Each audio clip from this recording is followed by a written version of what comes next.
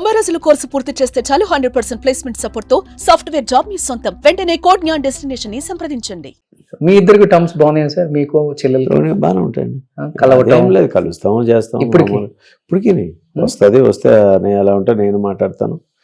నేను మాట్లాడి ఎలా ఉన్నావు ఏంటి అని చెప్తాను. అడిగితే ఇలా బిజీగా ఉన్నాను అమ్మంటుంది, లేకపోతే ఎట్లా అంటది. ఎవరు బర్త్డేకి ఫోన్ చేస్తాను, ఇక్కడికి వస్తే ఇక్కడ కలుస్తుంది, ఫోన్ చేస్తుంది. వీలుంటే వెళ్తాను, లేదంటే వెళ్తుంది, లేదా తను వస్తుంది, ఇంటికి వస్తారు, కలుస్తుంది మా అమ్మ. అదేం లేదండి, ఏముండే భేదాభిప్రాయాలు రావడానికి ఏముంటాయి. ఇప్పుడు అందరం దాటిపోయాను సార్. 50 దాటిన తర్వాత 60 దాటిన తర్వాత ఏమి పెట్టుకోకూడదు అసలు. మనిషి అందరితో కామన్గా వెళ్ళిపోవడం. ఎవడైనా కూడా ఏం పెట్టుకున్నా కూడా ఏమీ రాదు అసలు. మనకి మనమే చంపుకున్నట్టు అవుతాం, మనకి మనమే దెబ్బ తీసుకున్నట్టు అవుతాం.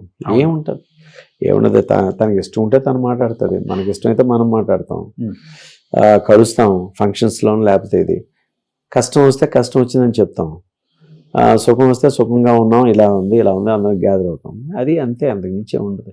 ఎవరైనా అంతే. ఎవరైనా రేపొద్దున అదే బౌండింగ్లో వెళ్ళాలి. అదే బౌండింగ్లో వెళ్తే హ్యాపీగా ఉంటారు, హెల్తీగా ఉంటారు. ఓకే. సో మీ ఇద్దరు కాంబినేషన్ లో వర్క్ చేసిన సినిమాలు ఉన్నాయా? ఉన్నాయి. మగమహారాజ్ సినిమాలో నా చెల్లెలకి, అందులో అన్నా చెల్లెలుగా చేశారు. అవును. ఆ తర్వాత ఒక సినిమాలోను, ధ్రువ నక్షత్రం సినిమాలోను అయితే నేను అందులో విలన్గా ఫస్ట్ నేను ఎంట్రీ అయిపోయాను. తనకి ఏదో క్యారెక్టర్ వచ్చింది. కరెక్ట్ ఇతను పెళ్లిపీటల మీద కూర్చోవాల్సి వచ్చింది. నేను తాళి కట్టడానికి వస్తా ఉంటే తను అలగొట్టుకొని, ఏంది ఇది సార్ ఇలా పెట్టేది ఏంటంటే, రే ఇది మాకు తెలియదురా ఇలా వస్తుందని సీను, మాకు లాస్ట్లో అనిపించింది ఏం చేయాలని. అది కాకపోతే ఏంటంటే అక్కడి వరకు వెళ్ళడం, అసలు పెళ్లిపీటల వరకు వెళ్ళదు.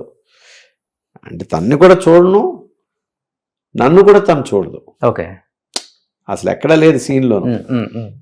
కాకపోతే అక్కడ ఏంటంటే విలన్కి నేను అంటే ఒక అమ్మాయిల్ని ఏమార్చే క్యారెక్టర్ అని చెప్పి అక్కడికి వచ్చి ఇచ్చేస్తాడనమాట. ఆ క్యారెక్టర్కి ఏంటంటే అది హీరో ఒక క్యారెక్టర్ తంది, ఒక ఫ్యామిలీకి సంబంధించి. అక్కడ కూర్చునే టైం, వెళ్ళాల్సిన టైంకి ఏంటంటే అది మామూలుగా మిస్ఫైర్ అవుతుంది అనమాట. ఓకే. అది అప్పుడు చాలా ఎంబ్రేజింగ్ ఉండేది.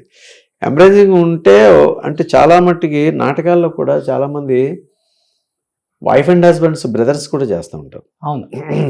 బ్రదర్ సిస్టర్స్ కూడా వైఫ్ అండ్ హస్బెండ్ క్యారెక్టర్స్ చేస్తారు నాటకాల్లో. నేను చాలా చూశాను.